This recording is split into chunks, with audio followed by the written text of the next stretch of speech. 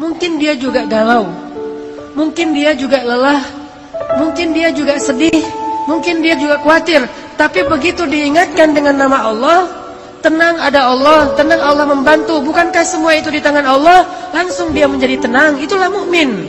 Sedangkan orang yang tidak beriman, walaupun dia mengaku mukmin, walaupun KTP-nya Islam, tidak berhasil menjadi tenang dengan disebutkan nama Allah. Itu nggak ngaruh buat dia.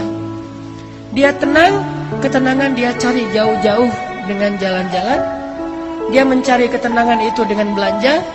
Dia mencari ketenangan itu dengan menonton.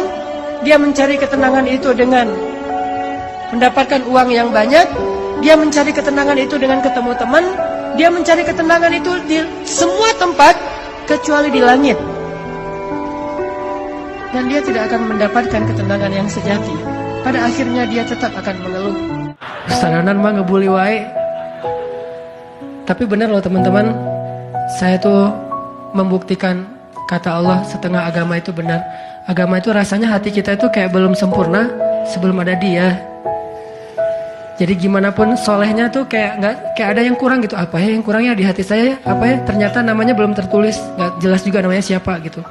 Kalau udah ada itu beda banget. Curhat, ngobrol, jalan. Dan kalau dia orangnya soleh, pas lagi galau, dia yang langsung mengingatkan kita. Kalau perlu, dia yang membangunkan kita. Tahajud berdua yuk. Ayo, tahajud berdua. Jangan panjang-panjang ya baca ayatnya. Ya siap lah. Kalau dia request kan siap ya, bacanya jangan panjang-panjang. Kalau teman-teman yang request, kalian mah juga baju hijrah aja udah kayak gitu. Lihat nih gua nih sholat tahajud nih 15 juz. Luar biasa ya. Dia posting lagi sholat, dia posting sedekah, dia posting hal-hal yang sifatnya kebaikan. Terus kita kayak suuzon, mempertanyakan. Sampai akhirnya kita bilang, ini ria. Ibadah mah gak usah diposting, gak usah dipamerkan.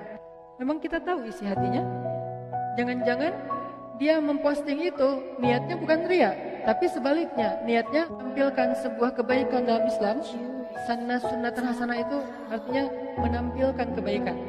Jadi bukan melakukannya secara rahasia, tapi sunnah itu artinya sesuatu yang bisa ditiru, sesuatu yang bisa diikutin, sesuatu yang bisa diduplikasi, sesuatu yang bisa dicontoh. Itu namanya sunnah. Maka man sanna fil islami sunnatan hasanah, artinya siapa yang menampilkan satu kebaikan dalam Islam, maka dia mendapatkan pahala dari setiap orang yang mengikuti. Sesungguhnya berbuat baik kepada istri itu adalah perintah Allah Subhanahu wa taala di dalam Al-Qur'an. Wa'ashiruhunna bil ma'ruf. Wajib fardu ain bagi setiap suami itu untuk memperlakukan istrinya dengan baik dan memuliakannya. Wa'ashiruhunna bil ma'ruf. Perlakukanlah, bergaullah dengan istri kalian dengan cara yang baik. Khairukum khairukum li ahlikum wa ana khairukum li ahli. Sebaik-baik kalian wahai laki-laki adalah yang paling baik terhadap istrinya, dan saya adalah yang paling baik terhadap istri saya di antara kalian. Maka jangan dulu kita mentazkiyah diri kita, menyimpulkan bahwa diri kita sudah baik karena banyak membantu orang lain. Bagaimana pendapat istri kita tentang kita? Karena makna ikhlas itu bukan tidak berharap apa-apa. Makna ikhlas itu berharap hanya kepada Allah. Karena kalau sampai kita nggak berharap surga, nggak berharap dibebaskan dari azab neraka, nggak berharap dibantu oleh Allah, itu bukan ikhlas. Itu istaghna. Kalau ikhlas tidak berharap kecuali kepada Allah. Kalau Allah udah nawar-nawarin terus kita bilang, "Dah saya emang nggak butuh itu."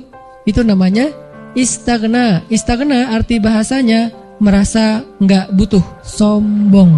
Berharaplah kebaikan-kebaikan sebanyak apapun dari Allah, itu nggak ngerugiin Allah. Sampai Nabi mengatakan, seandainya semua makhluk, semua manusia dari mulai Adam sampai manusia terakhir berkumpul, lalu mereka semuanya meminta kepada Allah kebaikan dan pertolongan, maka Allah memberikan semua permintaan mereka dikabulkan satu persatu sesuai dengan hajatnya, maka semua itu tidak mengurangi kebesaran Allah walaupun sekecil satu tetes air yang dicelupkan dengan ujung jarum ke dalam lautan. Gak pernah Allah capek mendengar curhat kita. Lagian kadang-kadang kita yang dicurhatin ke Allah itu masalahnya itu juga belum selesai. Allah gak pernah bilang belum selesai juga masalah yang kemarin. Gak pernah Allah ngomong gitu. Kayak berlarut-larut kamu teh masalah gak beres-beres. Allah gak pernah ngomong kayak gitu kan. Tetap aja hambaku ada apa, Allah mendengar. Dan bukan cuma mendengar, Allah yang ngedatangin kita ke langit dunia setiap sepertiga malam. Terus Allah bertanya, hal min dihajah, ada nggak di antara hambaku yang butuh sesuatu? Sini. Hal min taib, adakah di antara hambaku yang pengen taubat? Sini aku terima taubatnya. Hal min mustaghfir, adakah di antara hambaku yang pengen minta ampun? Sini aku ampuni dosanya. Allah datangin kita, Allah nawarin jasa kepada kita. Selalu gagal dalam menjalin hubungan. Kok sama ya? Karena hubungannya bukan hubungan yang berakad dengan nama Allah Subhanahu wa taala. Berarti kan nggak melibatkan Allah kan? Kalau kita berakad dengan nama Allah, melibatkan Allah, insya Allah nggak akan gitu-gitu amat lah. Berarti tadi itu bukan musibah sebetulnya. Diputusin dari hubungan yang belum berakad dengan nama Allah itu bukan musibah. Makin sering diputusin, makin Allah kayak ngedorong kita, udah atuh halalin. Kalau nggak halal diputusin lagi, halalin biar susah mutusinnya. Dan insya Allah orang yang siap, laki-laki yang siap menghalalkan hubungan, berarti dia laki-laki yang lebih tulus, serius, dan sejati cintanya. Karena kalau dia nggak sejati, pasti dia akan takut dengan tanggung jawab pernikahan. Insya Allah orang yang siap, laki-laki yang siap menghalalkan hubungan, berarti dia laki-laki yang lebih tulus, serius, dan sejati cintanya. Karena kalau dia gak sejati, pasti dia akan takut dengan tanggung jawab pernikahan. Kalau dia sejati, dia akan ambil tanggung jawab itu. Bukan cuma pengen serunya doang, tapi juga mengambil amanah dan tanggung jawabnya. Makanya kalau diputusin, diselingkuhin, ditinggalin, dikhianatin segala macam dalam hubungan-hubungan yang selama ini kita alamin, memang hubungan kita tidak melibatkan Allah. Justru Allah menyelamatkan kita dari lebih banyak lagi masalah dengan cara seperti itu. Solusinya halalin aja. Kalau kita mungkin udah siap nih menghalalkan, pasangan juga udah siap, tinggal ngelobi calon mertua.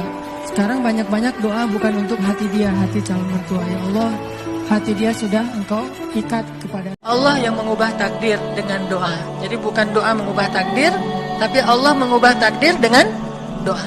Yamhullahu ma yasha'u wa yuthbit, kata Allah. Allah bisa menghapus apa yang dia tulis dan bisa menetapkan. Jadi nggak usah pesimis, nggak usah putus asa dulu. Takdirnya nggak bisa, orang yang jahat kayak saya, yang pernah punya masa lalu yang kelam, nikah dengan akhwat yang hafizoh dari pesantren apa gitu, kan kayaknya takdirnya nggak at-thayyibin at-thayyibat, orang yang baik ketemu orang yang baik. Tapi kan saya mah orangnya udah keburu nggak baik duluan. Sekarang lagi belajar jadi orang baik tapi belum baik-baik amat. Sedangkan dia mah udah terpelihara dari dulu. Kayaknya kita mah nggak sepupu, nggak selevel, beda dunia. Yang satu dunia putih, satu dunia hitam. Takdirnya mungkin kita emang gak layak untuk dia, tetapi dengan doa Allah Subhanahu wa taala berkuasa untuk mengganti takdir. Kenapa kita jarang melihat keajaiban? Karena ucapan kita itu belum selaras dengan hati kita. Gak yakin-yakin amat sama Allah. Sering bilang la haula wala quwata illa billah, tapi kita masih yakin ada kekuatan lain yang mempengaruhi hidup kita. Padahal kata Nabi kepada Ibnu Abbas, kalau semua orang berkumpul dan ingin menolong kamu, mereka tidak dapat menolong kamu kecuali dengan seizin Allah. Kalau mereka semua berkumpul ingin mencelakai kamu, mereka tidak bisa mencelakai kamu kecuali dengan ketetapan Allah. Allah, Allah, Allah, di tangannya lah segala kebaikan, di tangannya lah segala kerajaan. Tabarakalladzi biyadihil mulk wa huwa ala kulli syai'in qadir. Percaya enggak kita dengan ayat itu? Jawab dengan hati kita masing-masing. Kalau kita percaya, baru terjadi keajaiban dalam hidup kita. Kalau kita dikecewain, kecewa, sedih, kadang-kadang gak harus dikecewain orang, kecewa sendiri, gak jelas. Tiba-tiba kecewa tiba-tiba kayak sedih aja. Pernah gak sih sedih tapi gak ada sebab? Tahu gak kenapa? Hati kita itu diusik sama setan. Setan tuh emang senang ngusik hati. Dia tuh gak ngusik fisik kita kecuali sesekali. Kayak misalnya ada guna-guna, itu kan fisik kan. Tapi yang sering banget dailynya dia tuh ngusik hati. Lo bete dong, sedih tuh, marah dong. Dia kayak nyuruh emosi kita untuk kayak gitu-gitu. Sehingga kita ada hari gak ada yang bikin masalah, tapi kita kayak sedih. Nah gimana ngobatinnya? Satu doa, ya Jabbar, itu panggilan orang yang sedang sakit hati. Jadi satu artinya untuk orang yang lagi dizalimi, satu lagi untuk orang yang lagi hatinya kayak sedih, kayak disakitin. Jadi intinya adalah panggil Allah kalau kita lagi sakit hati dan dikecewain.